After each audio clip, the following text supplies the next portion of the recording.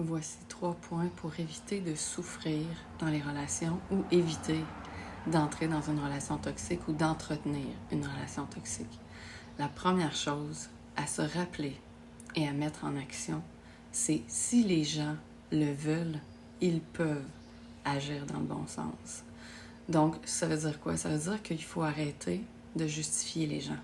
Très souvent, on se dit « Ouais, mais il ou elle ne m'a pas texté à cause de telle affaire » ou « Il ou elle ne m'a pas appelé » ou « Il ou elle n'est pas venu me voir » ou « La personne me criait dessus, mais c'est pas grave, il était fatigué ou était fatigué » ou « Il s'est passé X, Y, Z, ouais, mais il m'a trompé ou elle m'a trompé, mais tu sais, il y avait un contexte. » Puis là, on va se mettre à justifier les gens.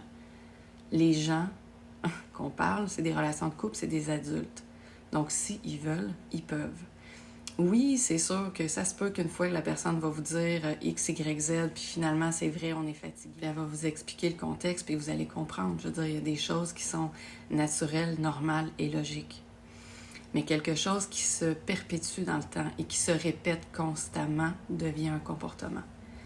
Et ça, on est responsable de nos comportements. Donc, si les gens veulent, peuvent changer ça. Et si les gens veulent être avec vous, ils vont vous le montrer qu'ils veulent être avec vous. Et vous n'aurez pas besoin de quémander l'amour, de tirer. Ça va être naturel. Ils vont vous le montrer, puis vous allez l'entendre, vous allez le voir, vous allez le vivre. Ça ne sera pas des up and down, puis vous n'allez pas recevoir des claques, puis vous n'allez pas être obligé de quémander ou de faire tellement de choses pour recevoir des petites grenailles d'amour. Non, ça, c'est pas de l'amour. Je l'ai souvent dit, c'est plus de l'utilisation ou de la manipulation. Une autre chose qu'on a tendance à oublier, le point numéro 2, c'est qu'il faut accepter les situations pour ce qu'elles sont et non pour ce qu'on voudrait qu'elles soient. Ça veut dire quoi? Ça veut dire que souvent, on veut tellement être en relation qu'à la place d'accepter la situation, de constater que cette personne-là, par exemple, est violente ou est mesquine ou c'est vraiment pas dans mes valeurs comment la personne agit, elle vous parle pas bien ou elle vous démontre pas d'amour ou elle a plutôt de l'air de vouloir vous voir le samedi soir pour avoir du sexe ou pour avoir un souper. À part de ça, vous n'avez pas beaucoup de ces nouvelles où il y a toujours des défaites qui arrivent, la personne n'a pas pu vous appeler, vous texter, whatever, pour peu importe quoi. Faut se rappeler que les situations, il faut les accepter pour ce qu'elles sont et non pour ce qu'on voudrait qu'elles soient. Non, on voudrait qu'elle soit, par exemple, je veux tellement être en relation avec cette personne-là que je vais accepter ça.